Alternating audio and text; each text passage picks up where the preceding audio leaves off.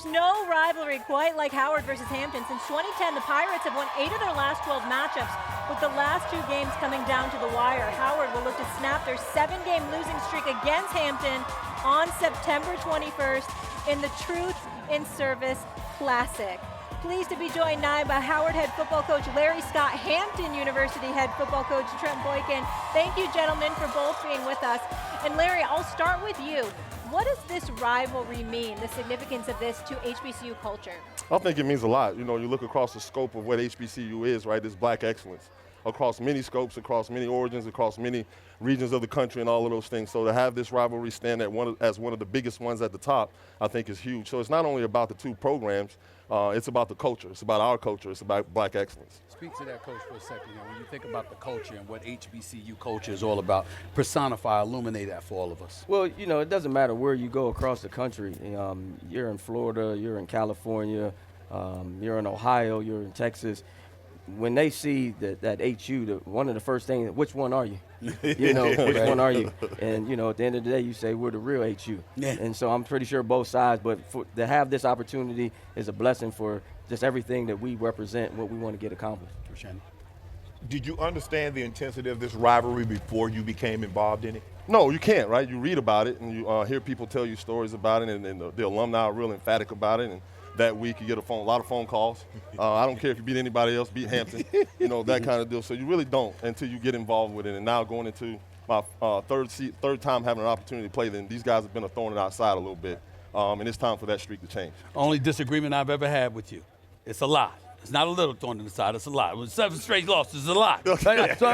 Coach, I mean, express, you know, the level of success that you've been able to have against them and why that's been the case. I think we just understand what this rivalry means. You know, I've been here for 4 of them, or 3 of them. This is going on the 4th one. So we understand what this rivalry means. Our guys understand. We circle this soon as it's over. Mm-hmm. We circle this one back on the calendar again. So we understand every day we're doing something to prepare for this football game. What is your team saying? Knowing that you lost 7 straight, I mean, you got to handle your business. What's the mentality like right now going into this game? I think you just said it, and that can set the tone, right? There's not a whole lot that needs to be said. At the end of the day, we can stop all the yapping and all of that good stuff. It's time to put the ball down and play and get it settled out.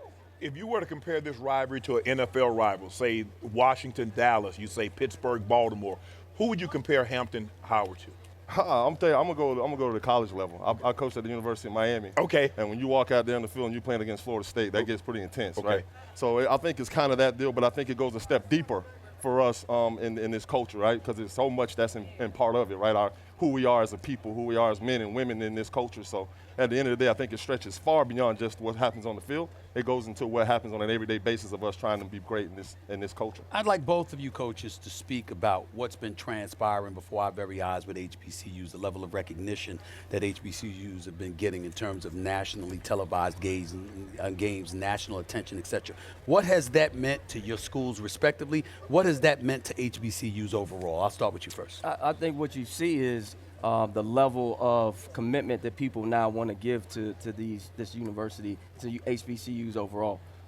You know, the exposure lets people know that there's more out there than just the Power Fives and things like that, that we have something to offer to young men and women that kind of see us in the same light that they see themselves. And so they feel comfortable, hey, I want to go where I see people that look like me. Anything you want to add to that? Right, look like me, sound like me, and have a high standard of excellence. I think across the scope, like you look at having an opportunity to coach at some PWIs and those type of things, and then have an opportunity to come to Howard has been a true blessing to me. And I think because it runs how deep it runs. It's just not the sport, right? It's the stories. It's all the great stories, and you get a chance to sit down with each and every one of these young students at a time, male or female, and you just hear the awesome stories of their backgrounds and how they find themselves here and what it means to be here at Howard, the Mecca.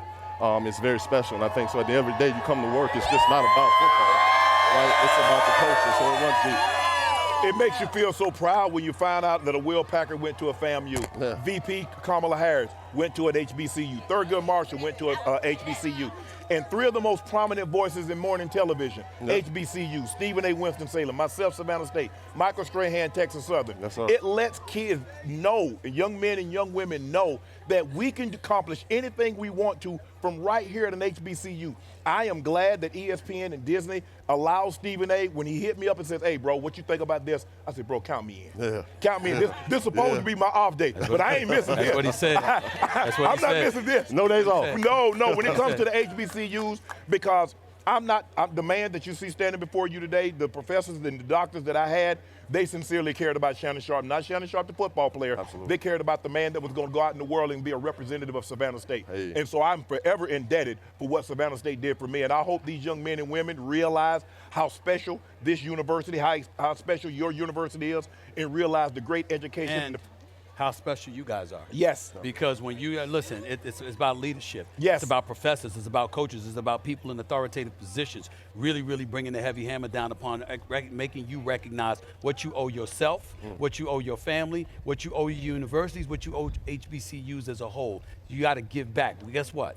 You can't give back if you don't have anything to give because you didn't position yourself to make something happen for yourself. Yes, this sir. is where you do that. Yes. Larry, Trent, thank you guys so much for being with us. We can't Good wait. luck tomorrow. Epic rivalry.